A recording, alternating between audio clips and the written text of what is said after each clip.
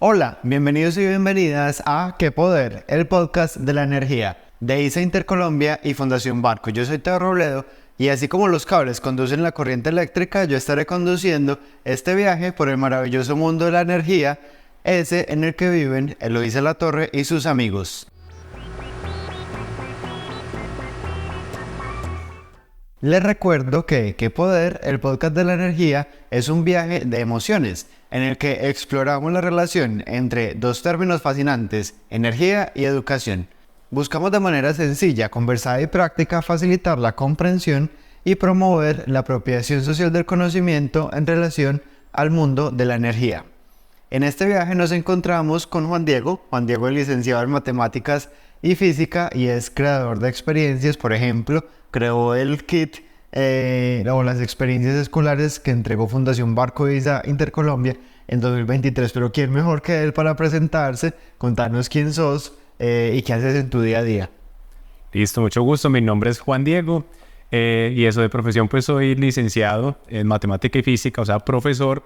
Pero en estos momentos me encuentro desarrollando, pues yo creo experiencias educativas. En este momento especialmente estoy creando algunas relacionadas con la robótica, pero dependiendo pues de los proyectos también en otras temáticas, como fue el caso pues con la Fundación Barco de ISA, que fue pues enfocar el tema pues de la energía. Entonces todo el tiempo estoy como en ese proceso de diseñar experiencias y crear, y eso implica pues varios procesos. Entonces en el día a día hago todos esos procesos, ¿cierto? Bueno, como ven, es una persona muy enérgica y la pregunta es, ¿de dónde vos sacas la energía para hacer las cosas que haces en el día a día? Pues yo creo que mucho de eso tiene que ver con la propia curiosidad que siempre he tenido pues como por aprender, ¿cierto? Entonces yo creo que mi afán pues por enseñar o porque otras personas puedan aprender es porque a mí eso me causa pues mucha satisfacción también y me gusta mucho lo que llamaban por ahí el gozo pues intelectual. Entonces eso es como lo que siempre me está motivando a hacer este tipo pues de experiencias y todo. Ese tema del gozo intelectual está muy bacano, ahorita lo podemos abordar más a fondo. Y hay una pregunta de rigor que hacemos en este podcast, la han respondido antropólogos, comunicadores, licenciados en arte. Vos tenés la pista más fácil porque es tu área, pero para vos, ¿qué es la energía? ¿Qué es la energía? Es un tema muy complejo. Bueno, pero eso si lo vemos yo creo que es todo lo que puede permitir de algún modo que haya una transformación o que haya un fluir entre lo material pues y esa otra forma que tenemos que se llama pues la energía, sino que es muy complejo pues de describir, pero digamos que es una manifestación pues de una fuerza o algo pues que tiene pues como en el universo. Y entonces ahí ese intercambio en este caso por ejemplo, entre materia y energía, y eso es lo que termina pues posibilitando lo que encontramos acá, pero es un concepto muy complejo pues de definir. Por eso estamos tratando de definirlo en estos 10 podcasts desde diferentes miradas. Hoy vamos a abordar con Juan Diego la pregunta cómo crear experiencias innovadoras en el contexto del aula de clase, de los espacios educativos que muchos de los maestros y maestras, niños y niñas y en general padres de familia que ven estos podcasts, es a ellos a quien está dirigida. Y la primera pregunta que tengo es, uno crea porque faltan cosas, porque todavía hay la posibilidad de seguir innovando, de seguir creando. Para vos, ¿qué es la innovación en el contexto del sector educativo y por qué es importante en el contexto actual? Listo, sí, yo creo que, pues como la palabra lo dice, lo innovador es cuando se rompe de pronto esos paradigmas que ya estaban establecidos y que intentan tal vez responder también a las nuevas necesidades que cada vez se van apareciendo pues en el mundo, ¿cierto? Por ejemplo, en estos momentos la tecnología avanza cada vez mucho más rápido. Y entonces es necesario también, por ejemplo, que la educación responda en ese sentido a todos esos avances, porque si no, entonces se va a quedar como enquilosada en temas que ya no van a ser actuales. Entonces, en ese sentido, la innovación sería, pues, justamente yo cómo actualizo esos contenidos, esas estrategias, esas metodologías para que respondan a lo que se está necesitando, pues, en ese momento ahí, ¿cierto? Entonces, es como eso, actualizar o crear para que responda a las necesidades propias, pues como de ese momento, ¿cierto?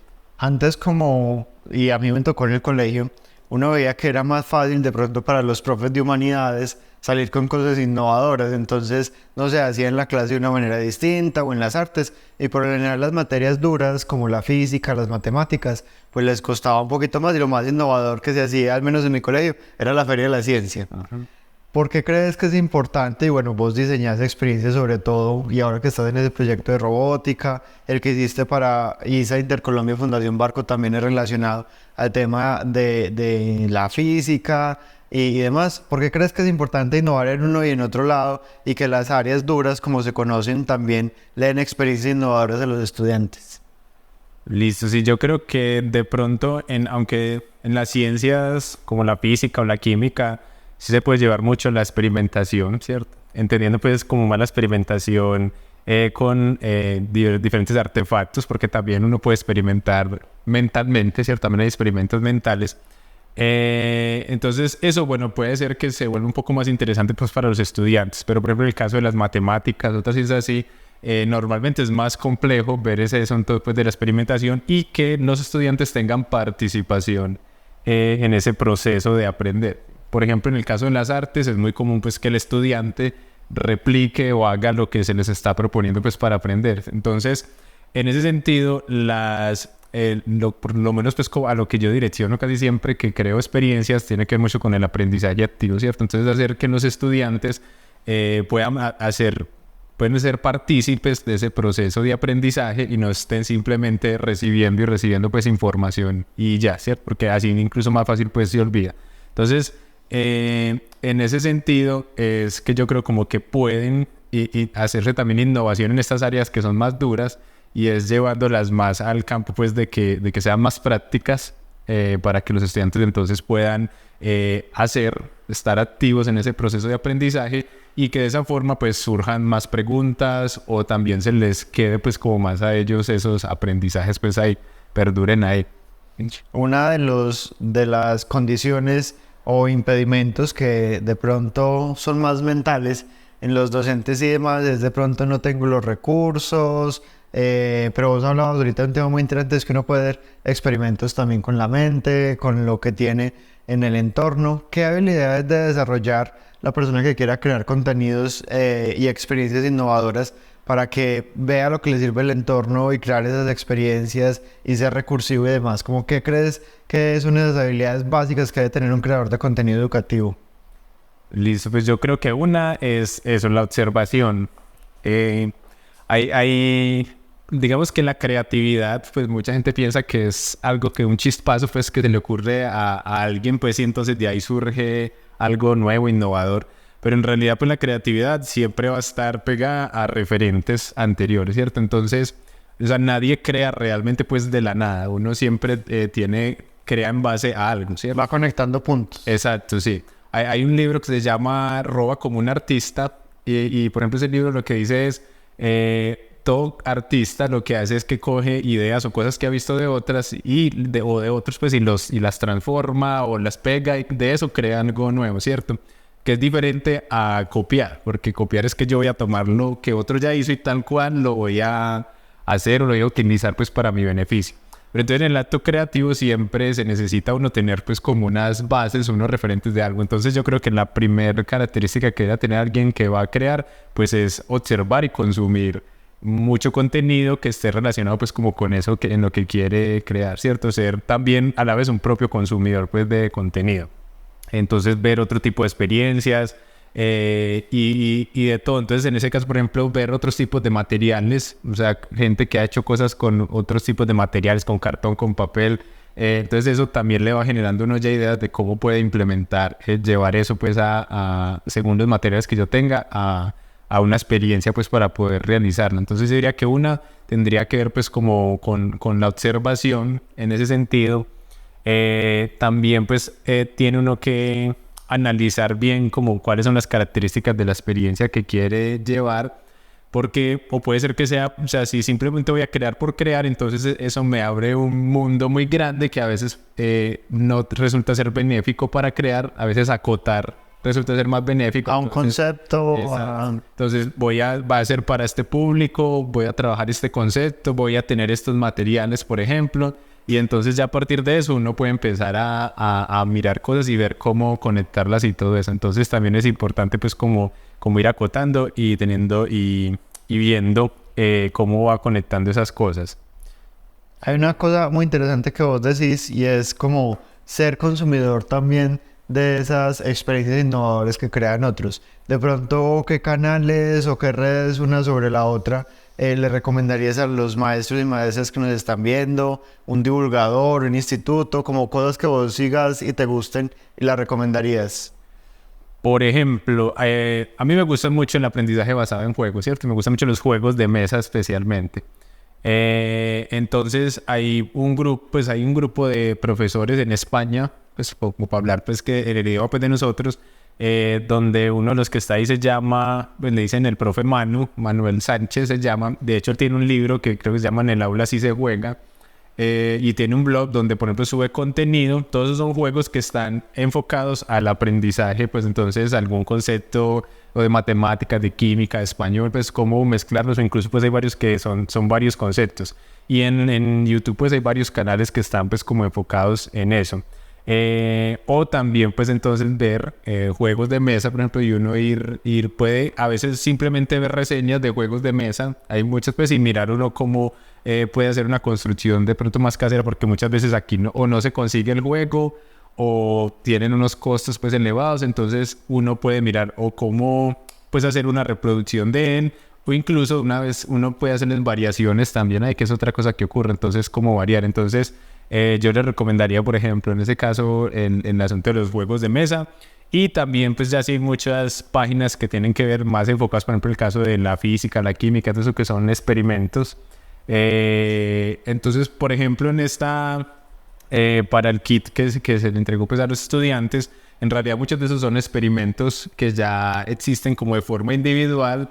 Y ya lo que yo hice fue mirar cómo podía condensar algunos, qué les podía añadir o quitar. Entonces, hay muchos canales pues que son de experimentos de física, de química o de muchas otras cosas ahí que uno puede también como de ir tomando elementos y ver cómo unificarlos o algo así. Justamente te quería preguntar por el kit que entregó Fundación Barco e Center Colombia en 2023, y es lo que a mí me parece interesante es que si uno, por ejemplo, el experimento de la bomba y el papelito, pues yo lo hice en el colegio, pero lo que me parece más interesante es que un solo dispositivo permite hacer entre 10 y 11 experimentos. ¿Cómo fue el proceso de creación de ese dispositivo? ¿Cuánto te demoraste? ¿Cómo lo hiciste? Pues ya nos contaste un poco de dónde obtuviste la inspiración, pero sí contanos cómo fue ese proceso para llegar a ese artefacto puntual. Listo, sí. Entonces, digamos que yo ya tenía un poco pues la ventaja de que ya había visto como muchos experimentos, entonces ya tenía, eso es otra cosa. Entonces cuando voy viendo por ahí algo interesante, también como que lo voy guardando en la medida de lo posible. Uno puede ir haciendo como una clasificación para después poder volver. ¿Y cómo? ¿En la misma red o tenés un chat? A veces utilizo programas, por ejemplo, hay uno que se llama Obsidian o Lopse, que se llama Cerebros Digitales, donde uno puede ir como subiendo como notas y las puede ir interconectando como con etiquetas. Entonces a veces eso me sirve pues mucho porque yo ya puedo buscar como si relacionado con esto. Entonces ahí voy llenando como eso. Algunos son marcadores pues que también voy dejando pues ahí en la red y los pongo como unas carpeticas así, o canales que ya tengo entonces hay experimentos o hay juegos o hay tal. Entonces ya uno va ahí y le da otra repasadita pues como para verlos. Entonces esa es lo primero sería pues recopilé como los varios experimentos pues que estaban apuntando pues como al tema pues de la energía. Obviamente al principio normalmente pues salen más de los que al final pues terminan quedando, y ya empecé listo, yo quiero que estén presentes como estos acá, y entonces ya diseñé la estructura base. Ahí es donde les digo también que uno tiene que estar, pues yo estoy por lo menos el tiempo consumiendo como muchas cosas para ver cómo se puede realizar eso. Entonces, por ejemplo, el caso de la madera, pues el corte láser, ya yo había también experimentado con él, con otras cosas, entonces ya tenía pues como esa ventaja ahí. Y ya entonces, esa es otra característica que hay que tener, es probar, ¿cierto? Entonces, eso no me salió a la primera, a mí me tocó hacer muchos prototipos, ¿cierto? Y entonces ir acá, ir moviendo este huequito para allá, no me funciona esto acá, probar, repetir. También es muy bueno si, por ejemplo, trabajar en compañía pues con otros, a veces beneficia mucho pues porque hay muchas más ideas. En este caso yo sí lo diseñé pues solo, pero entonces uno se lo da pues a probar a otras personas, a los familiares, algo así como para que también ver, porque claro, uno ya tiene unos conocimientos previos o sabe cómo funciona pues el dispositivo porque lo diseñó, pero una persona que no sabe cómo funciona, entonces me va a poder permitir ver otras cosas que yo no veo ahí. Entonces, probar mucho y ahí ir refinando como esos detallitos, pues. Pero entonces eso tomé como uno de base y ya iba sumándole casi que las otras cositas ahí. Casi que el primero, finalmente, el que terminó decidiendo un poco cómo era la estructura, es con el que se prueba la energía cinética, que es como el carrito, ¿cierto? Con el resorte. Y entonces de ahí ya sí me queda más fácil ir mirando como qué huequitos o cosas hago para poder ir montando pues como los otros. Pero digamos que esa estructura base casi que fue la de ese experimento que era el que necesitaba como las ruedas y eso para ir. Entonces partí de ese que era como el que más me limitaba para ya ir mirando cómo acomodar los otros. Ya recordando pues como las experiencias y los experimentos que se pueden hacer con el artefacto, pues está el de la energía cinética, está también el zootropo, que es más relacionado al cine, a la historia del cine, la electricidad en relación al séptimo arte, hay uno también del sistema solar, es decir, hay una amplia variedad de temas, no te quedaste solo con circuitos, por ejemplo, o con transformación de la energía, sino que abordaste el tema de otras perspectivas. Ahorita hablábamos también un poco de lo que haces en los marcadores y es conectar un punto con otro y esas cosas que a veces no están conectadas. ¿Cómo hacer ese proceso que no es de un día para otro, sino que hay que ir desarrollándolo, potenciándolo, de pronto cartas de azar en el que a uno le salga algo de un tema y de otro? ¿Cómo ir desarrollando esa habilidad para poder conectar puntos? Sí, yo creo que de hecho esa es un poco de las habilidades más importantes, sobre todo de los profesores. Eso incluso han teorizado pues sobre eso. Algunos autores lo llaman, por ejemplo, la transposición didáctica, y es que yo cojo un concepto, en este caso, por ejemplo, la energía, y me pregunto cómo llevo esto para explicárselo a un niño o a mi abuelita o a mi tía. Entonces, ¿cómo transformo esta información que está tan técnica y la puedo hacer digerible pues para otra persona? Entonces ahí también entra mucho en juego el hecho pues de uno estarse intentando permear pues de diferente información y cosas. Entonces el hecho de que yo sea de ciencias no significa que entonces no puedo ver cine o cómo es el origen del cine o cierto, no me puedo relacionar con el arte. Entonces todos esos elementos que incluso están como por fuera de lo que sería mi área, me pueden terminar nutriendo eso y permitiendo que las personas pues lo vean de otra forma para hacer pues como esa transformación. Pero sí, también yo creo que, bueno, en el hecho uno de ir ya diseñando, pues va desarrollando un poco como esa habilidad, pero sí hay diferentes pues ejercicios pues como creativos. En el asunto pues de los juegos de mesa también salen muchos pues o juegos parecidos pues como con rol o con contar historias, o que uno le toque pues de la nada pues sacar algunas respuestas o cosas de ese tipo. Ayudan mucho pues a desarrollar como esa creatividad o esa forma de ir enlazando pues como conceptos también. ¿Sí? Ahí nos empezamos a meter a un terreno fértil, a un terreno que a mí me gusta mucho, el tema de la gamificación y la ludificación en las experiencias escolares. Pues yo vengo antes, en el proyecto anterior, de estar creando un videojuego educativo, a este que son experiencias más relacionadas a la experimentación, donde también creamos juegos. Partamos de una pregunta para empezar. ¿Por qué es importante jugar en el aula? Listo. Pues bueno, el juego tiene muchas ventajas. Por un lado, digamos que una de las cosas primordiales que se hace en la escuela, más allá pues de aprender a escribir, a sumar, a multiplicar, es el asunto de la socialización, ¿cierto? Entonces, y eso lo vimos pues mucho cuando con la pandemia, que digamos de las cosas que más sufrimos fue el hecho pues de no poder estar compartiendo físicamente con otros en el espacio, a pesar de que estábamos recibiendo pues los contenidos educativos, ¿cierto? Entonces la socialización y la posibilidad de comunicarme con otros y compartir y recibir de todo eso es muy importante pues en el entorno pues escolar. Y en ese caso entonces el juego permite mucho eso, que primero también todos los juegos tienen reglas Entonces, si yo quiero participar de ese juego, debo de estar de acuerdo pues con esas reglas y cumplirlas mientras estoy jugando. Entonces eso me va a permitir pues estar bien con los otros durante el juego. Entonces hay un asunto pues como la socialización, las reglas.